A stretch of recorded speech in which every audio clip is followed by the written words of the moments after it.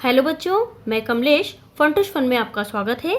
आज हम भारत की खोज से अध्याय 3 सिंधु घाटी सभ्यता का अंतिम भाग पढ़ेंगे। आज का सब टॉपिक है महावीर और बुद्ध वर्ण व्यवस्था। पाठ पढ़ने से पहले महावीर और बुद्ध के बारे में थोड़ा जान लें। महावीर जैन धर्म के 24वें तीर्थकर हैं। इनका जन्म ईसा से 599 वर्ष पहले वैशाली के गणतंत्र राज्य क्षत्रिय कुंडलपुर में हुआ था।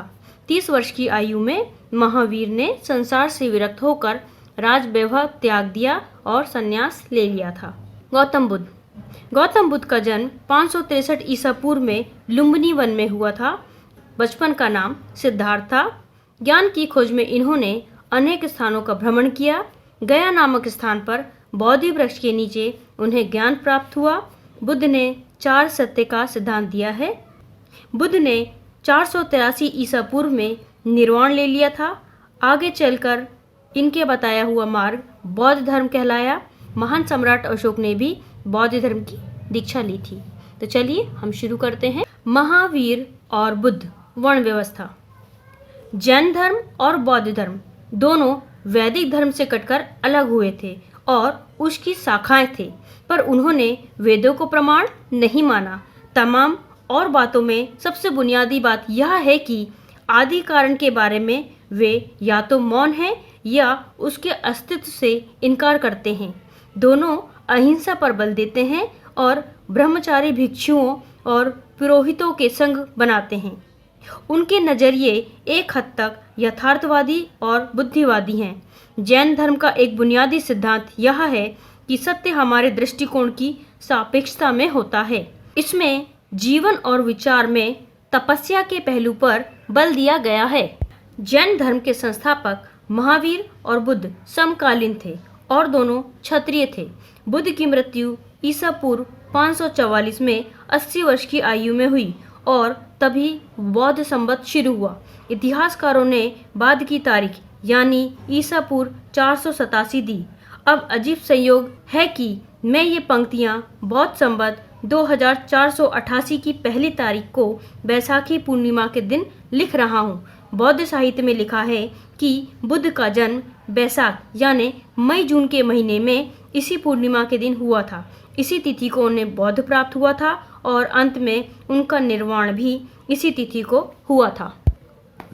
बुद्ध में लोक प्रचलित धर्म, अंधविश्वास, कर्मकांड एवं पुरोहित प्रपंच और उनके साथ जुड़े हुए निहित स्वार्थों पर हमला करने का साहस था। उन्होंने आध्यात्मिक, धर्म वैज्ञानिक नजरिए की तथा चमत्कारों, अलौकिक व्यापारों आदि की निंदा की। उनका आग्रह तर्क, विवेक और अनुभव पर था। उनका बल नैतिकता पर था। उनकी पद्धति मनोवैज्ञानिक विश्लेषण की थी, ऐसा मनोविज्ञान जिसमें आत्मा के लिए जगह नहीं थी। बुद्ध ने वर्ण व्यवस्था पर सीधा वार नहीं किया, लेकिन अपनी संघ व्यवस्था में उन्होंने इसे कोई स्थान नहीं दिया।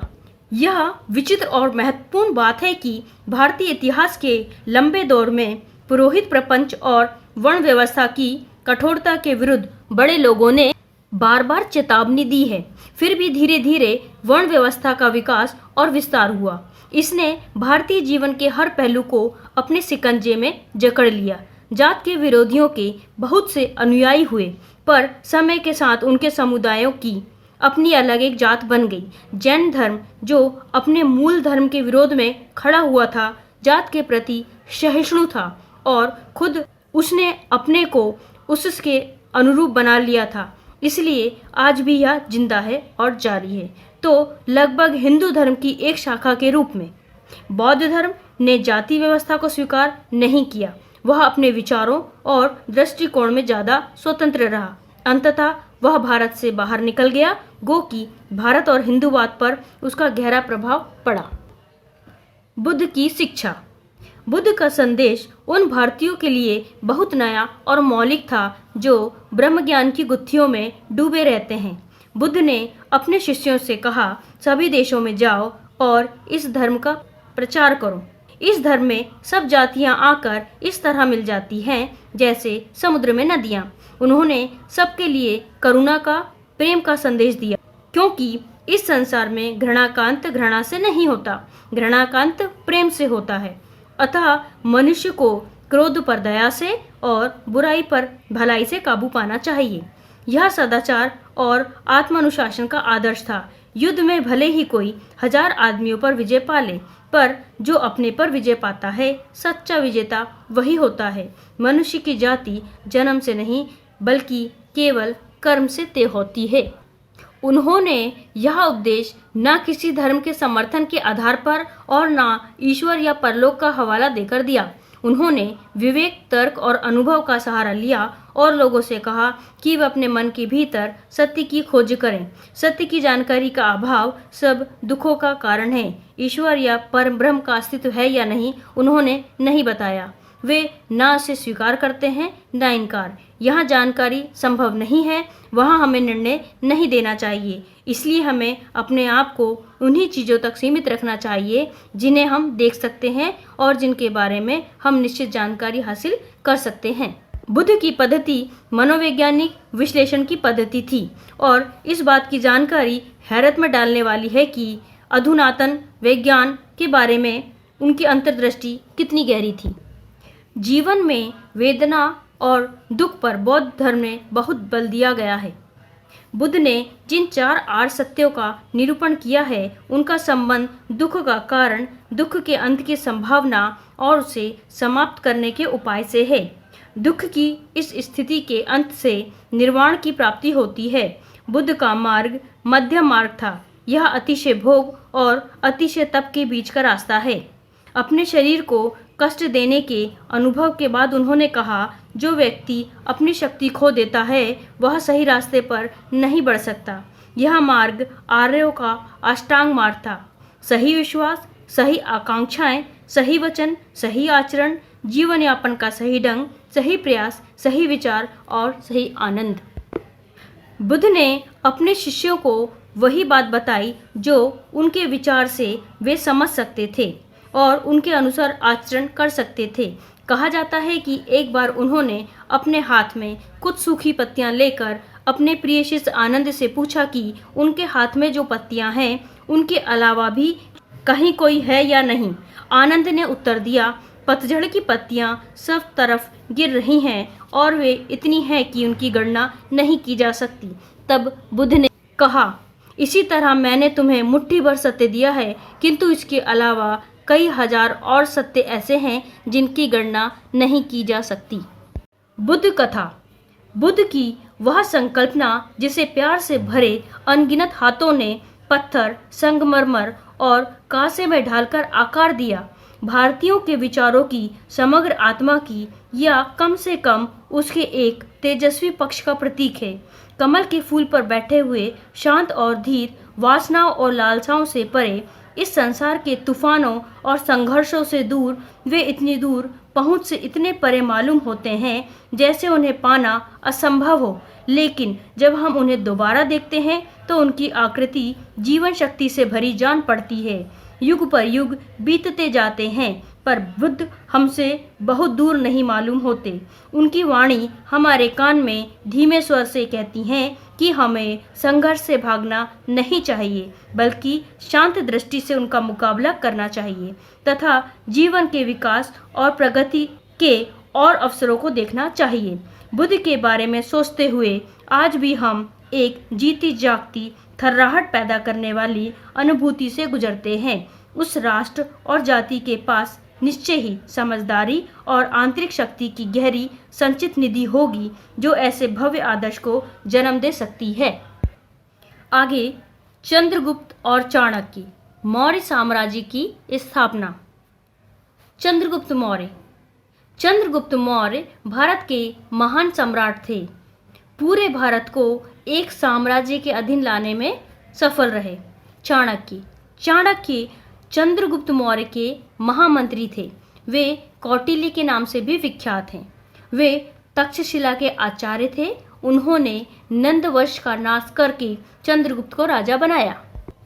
भारत में बौद्ध धर्म का प्रचार धीरे धीरे हुआ। मूल रूप से यह क्षत्रिय आंदोलन था और शासक वर्ग तथा पुरोहितों के बीच संघर्ष का प्रतिनिधित्व करता था।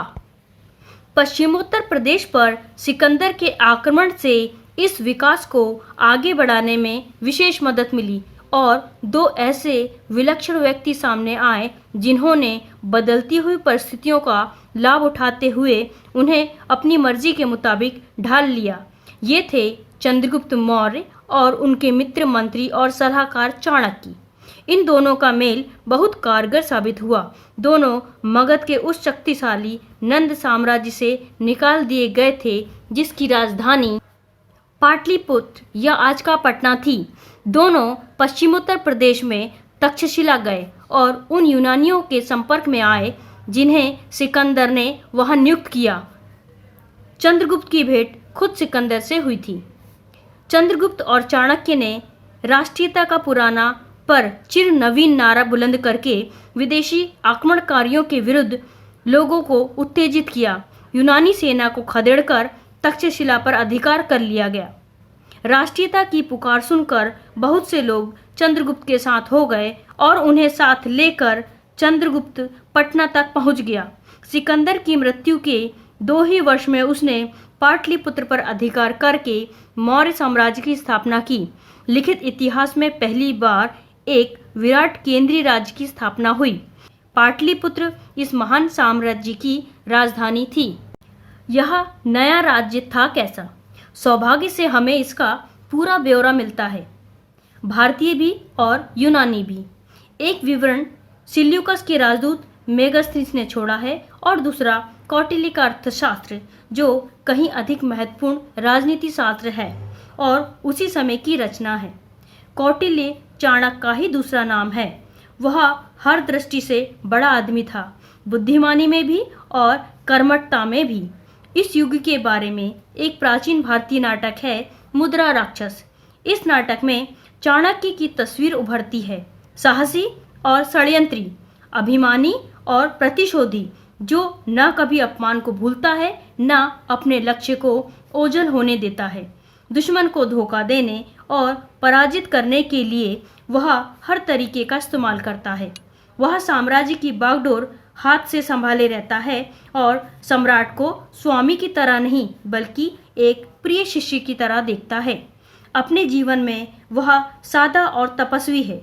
ऊंचे पदों की शान शौकत में उसकी दिलचस्पी नहीं है। वह अपनी शपथ पूरी कर लेता है और अपने उद्देश्य में सफल हो जाता है तो सेवानिवृत्त होकर चिंतन मनन का जीवन बिताना चाहता है। अपने लक्ष्य को पूरा करने के लिए शायद ही कोई ऐसी बात रही हो जिसे करने में चाणक्य को किसी प्रकार का संकोच होता। चाणक्य के अर्थशास्त्र में व्यापक स्तर पर अनेकोनेक विषयों पर लिखा गया है। उसमें शासन के सिद्धांत और व्यवहार के लगभग सभी पहलुओं पर विचार किया गया है। इसमें चंद्रगुप्त की विराट सेना का विस्तार से वर्णन किया गया है।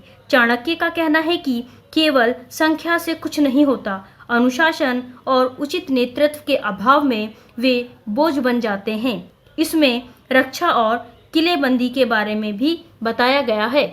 पुस्तक में चर्चित अन्य विषयों में व्यापार और वाणिज्य, कानून और न्यायालय, नगर व्यवस्था, सामाजिक रीति रिवाज, विवाह और तलाक, स्त्रियों के अधिकार, कर और लगान, कृषि, खानों और कारखानों को चलाना, दस्तकारी, मंडियाँ, बागवानी, उद्योग धंधे, सिंचाई और जलमार्ग, जहाज और जहाजरानी, निगमें, जनगणना, मत्स्य उद्योग, कसाई खाने, पासपोर्ट और जेल सब शामिल हैं। इसमें विधवा विवाह को मान्यता दी गई है और विशेष परिस्थितियों में तलाक को भी।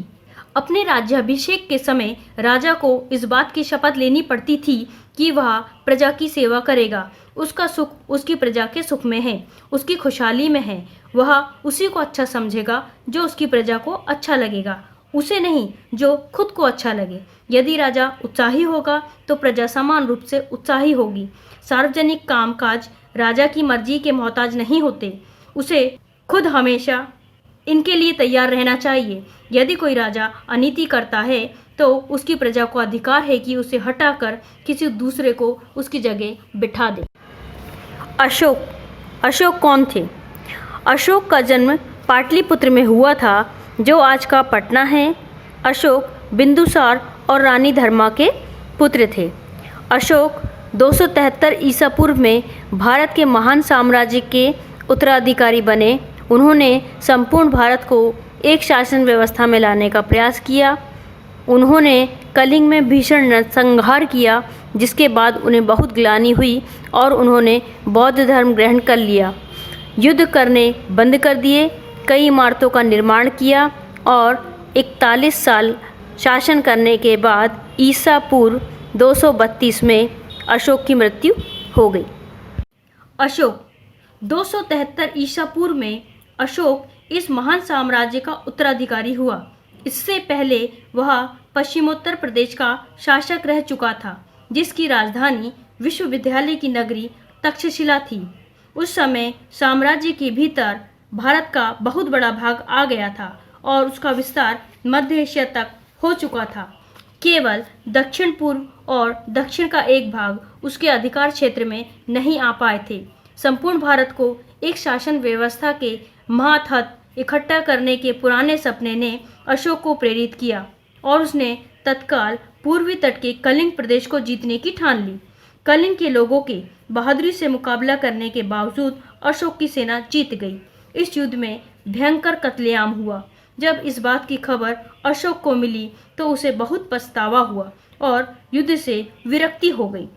बुद्ध की शिक्षा के प्रभाव से उसका मन दूसरे क्षेत्रों में विजय हासिल करने और साहसिक काम करने के लिए घूम गया।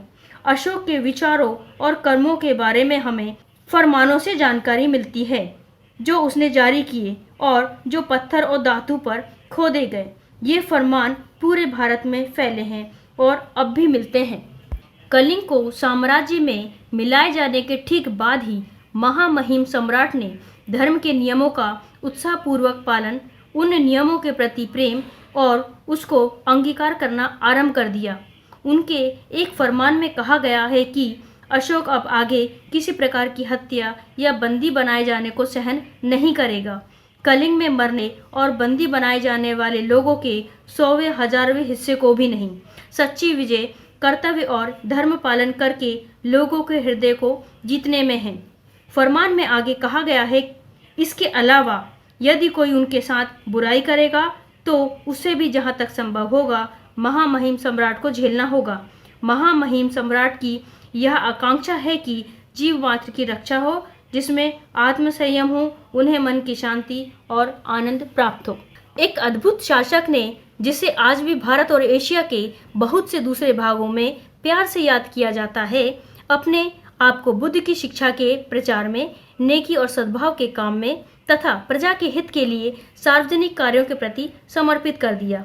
उसने ऐलान कर दिया कि वह इनके लिए हमेशा तैयार है। हर स्थान पर और हर समय सरकारी कर्मचारी जनता के कार्यों के बारे में उसे बराबर सूचना देते रहें, चाहे जिस समय और जहां भी हो, वह लोकहित के लिए अवश्य काम करेगा। खुद कट्टर बौद्ध होने पर भी उसने दूसरे धर्मों को बराबर आदर और महत्व दिया। अशोक बहुत बड़ा निर्माता भी था। उसने अपनी कुछ बड़ी इमारतों को बनाने में मदद के लिए विदेशी कारीगरों को रख छोड़ा था। यह नतीजा एक जगह इकट्ठा बने स्तंभों के डिजाइन से निकाला गया है, जो पर्सिपोलिस की याद दिलाते हैं। लेकिन इस शुरू की मूर्ति कला और दूसरे अवशेषों में भी भारतीय कला परंपरा की विशेषताएं दिखाई पड़ती हैं। 41 साल तक अनवरत शासन करने के बाद ईसा पूर्व 232 में अशोक की मृत्यु हो गई। H.G. वेल्स ने अपनी आउटलाइन ऑफ हिस्ट्री में उसके बारे में लिखा है कि बादशाहों के दसियों हजारों नामों में, जिनमें इतिहास के पृष्ठ भरे हैं, जिनमें बड़े बड़े राजे महाराजे, शहंशाह और नामी ग्रामी शासक शामिल हैं, अशोक का नाम अकेला सितारे की तरह चमक रहा है। वोल्गा से जापान तक आज भी उसका नाम आदर से लिया जाता है। यहाँ हमारा अध्याय 3 सिंधु घाटी की सभ्यता समाप्त होता है। उम्मीद है ये वीडियो आपको पसंद आया होगा, तो सब्सक्राइब जरूर करें। धन्यवाद।